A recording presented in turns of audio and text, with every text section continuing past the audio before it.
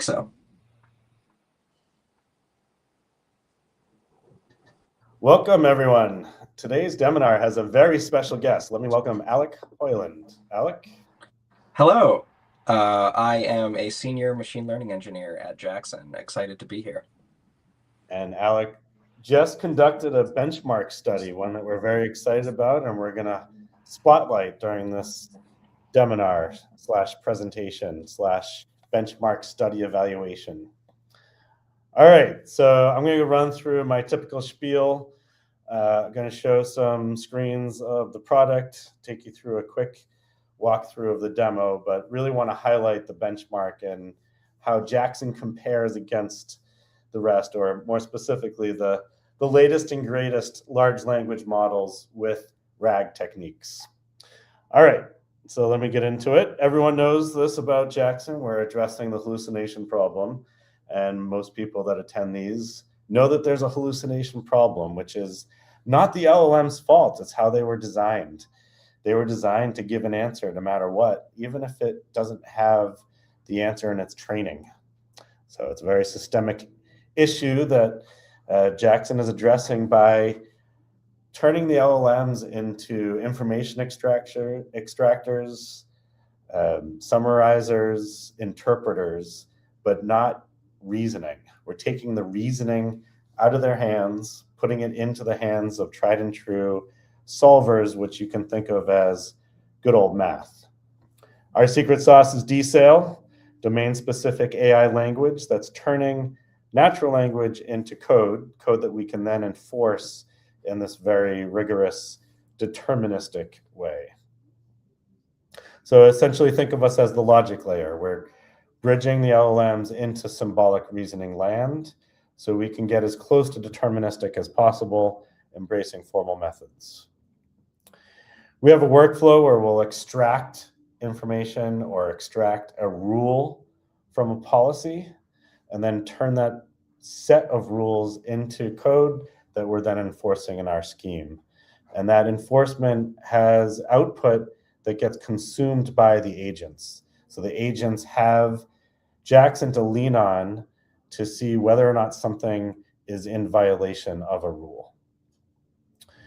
It's a neurosymbolic approach. I haven't used that word yet, but that's really what we're doing, is bringing neural networks into a symbolic reasoning workflow.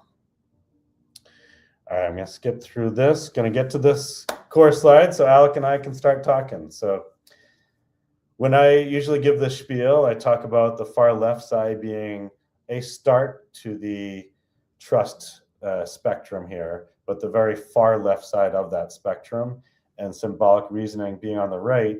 But until you conducted that benchmark study, Alec, I didn't really have the proof. So really excited to see our results. We're not negative on RAG, and maybe we'll start with that question, Alec. We still think that that RAG adds value for certain use cases. Can you talk a little bit about how we see a world where we're working alongside RAG techniques? Sure, absolutely. So when we think about RAG, ultimately what you're doing is you have some contextual documents in some data store, and your LLM is drawing on that basis of information to get you an answer.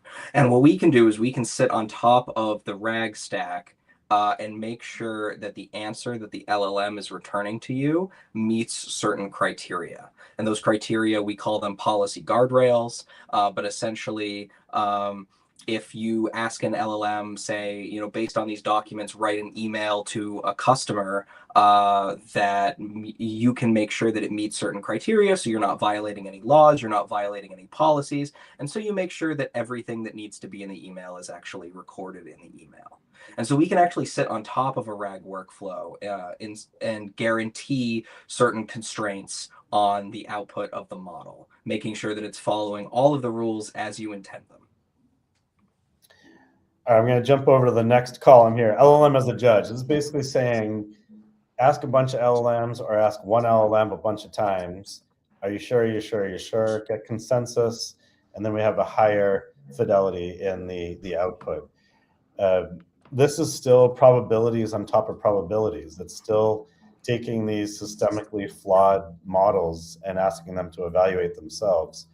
It does increase the probability that you're going to get an accurate answer, but it's not necessarily enforcing rules, and it does not get you to determinism. Any opinions on that one, Alec? Yeah, I mean, ultimately, you're using a tool to evaluate a tool, and the tools are only as reliable as you can trust them. And so I've seen historically issues where user ratings and LLM as a judge ratings do not necessarily match up. And so you end up with a question of, are they internally consistent? And then are they externally consistent to the actual human user benchmarks that you want them to be evaluated to? And so you end up having to basically write a human benchmark in order to confirm that the LLM is meeting that benchmark. All right, well, let's talk about benchmarks. So we've got some nice results here where we pitted ourselves up against the latest from OpenAI, GPT 5.2. We also took a smaller model just to keep things fair and evaluate things, because Jaxon can work with small models. So we wanted to compare apples to apples there. And then with all the hubbub from Google, I think Google's finally shown up, by the way, Gemini 3 Pro, and compared ourselves. And now we are using LLM. So we're not necessarily comparing LLM to LLM. We're comparing how does one system compare, and one system might be Gemini 3 Pro with RAG techniques to Jaxon when it comes to enforcing rules. I talked about this earlier in the presentation, that we're extracting rules from policies, and then as new data comes in, we're enforcing those rules against that new data so we can determine whether or not there are any violations.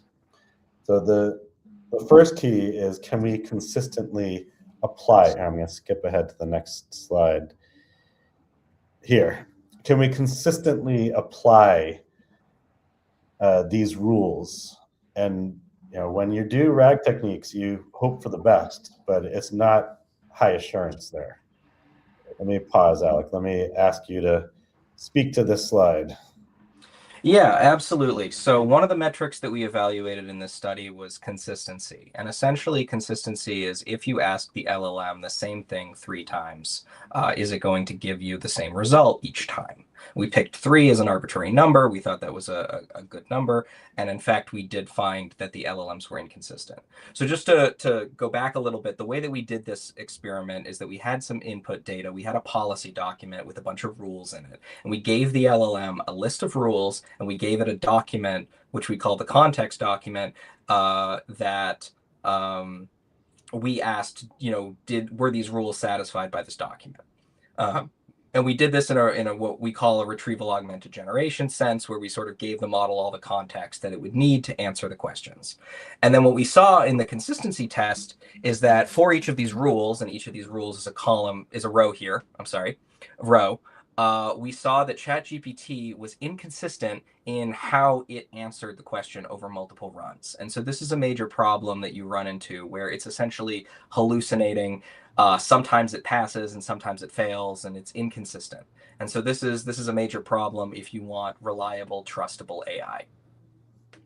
In comparison, the Jaxon responses were more consistent than ChatGPT. They were always consistent. So we're not talking about accuracy here. We're not talking about correctness. Simply, do you get the same answer every single time?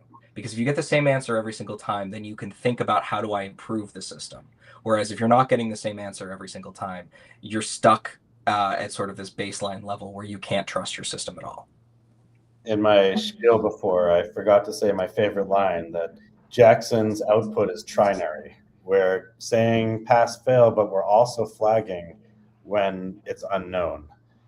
Can you speak to that a little bit about how important that is? And Right, exactly. So there's a lot of times where information is not found in the retrieval augmented generation documents, or a situation where a rule is indeterminate because no information providing a for or against argument is found in the context document. And so for ChatGPT and the other LLM models, what we simply said was respond with pass, fail, or unknown. Whereas that's sort of baked into the desale process, where if there's no information found based on our question answering information retrieval mechanism, then certain variables come back as unknown, and then when you go through the desale neurosymbolic process, the ultimate answer is unknown. And so you can actually trace that back to which questions did we not find answers to, and thus why could we not get a final adjudication. All right, very good. Well, we have 4 C's to get through, so let me get to the next one here. Let's talk about completeness. Yeah, so completeness is the idea that if you give 10 rules or 100 rules or 1,000 rules to a system, does it answer all of the rules? And in our test, we only provided a maximum of 7 rules at a time, and all of the systems did pretty well with that. But I'm willing to bet that if we scale up to 1,000 rules, that we're going to end up hitting context limits on some of the larger models, or they're going to start skipping rules and trying to be a little lazy in their responses. The way that Jaxon is put together, you can never skip a rule. All rules that you want to evaluate will be evaluated. If you want to skip a rule, you simply omit the rule entirely, as sort of a human-driven process. Every rule that you say should be evaluated will be evaluated every single time, no exceptions. So this was a little bit eye-opening for me, is that the other systems did fairly well in trying to enforce the rule, or at least including it in the prompt. Yet that doesn't matter as much as correctness. It didn't enforce it properly. So we kept this in here because I thought it was fair to keep it in. Yeah, the other systems are complete, but are they correct? That's a big thing that we keep running up against when we're deploying these in the production system. Is complete's one thing, correct is more important. All right, let me keep going here. Yeah, correct. So on the topic of correctness, correctness is basically we had a ground truth for every single rule. You know, was that rule passed? Was that rule failed? Was that rule unknown? And then we had the Jaxon responses, which again were all consistent. So there's one column there. And then the ChatGPT responses, which here were a lot more consistent in this particular set of rules, but they were incorrect. The ground truth oftentimes was unknown, and ChatGPT very confidently said pass for those questions. So even if you have consistency, you might still be wrong. And one thing that Jaxon does very well is follow the rules very explicitly, because the underlying LLMs are used only for information retrieval, and the actual logical underpinning of the Jaxon system is based in desale and follows these rules to their conclusions. All right, very good. Keep an eye on the clock. Let me get through the last C here, clarity. Yeah, so the last C is clarity. And for this one, let's zoom in on a particular rule here. We're looking at seed 22A. And for that rule, what we actually have is the desale logic code for that particular rule. And so what this allows you to do is provide a logical trace of decision making, and you can modify logical rules and questions as a user if you need to in order to make sure that your rules are as correct as possible. So unlike a typical RAG system where all you get is the output of the LLM, Jaxon also provides this logical trace that is editable, modifiable, so that you always iterate towards correctness. All right. I was trying to zoom in on that because I found that was hard to read in that slide. I'm going to go up to this slide that I skipped over. I just want to show a little bit of that desale. So desale comes out as a bunch of declarations and assertions. And you can see that the code is reflected in the form here as questions. And that's actually how our system operates, is we're turning desale back into questions, then using that as part of a prompting scheme to get the LLMs to give us the representative answer that gets enforced against these rules here. I just wanted to zoom in though on, this is what it looks like. This is desale. It's a language. We have a language guide, but it's really relatively straightforward. And it's something that the LLMs are really good at creating. And that's what we're doing with our platform as well. All right. Thank you, Alec, for joining me here. This was a fun session. Please, anyone who's out there would like to learn more, reach out to Jaxon at jaxon.ai. And thank you for joining us. Thank you. Bye all.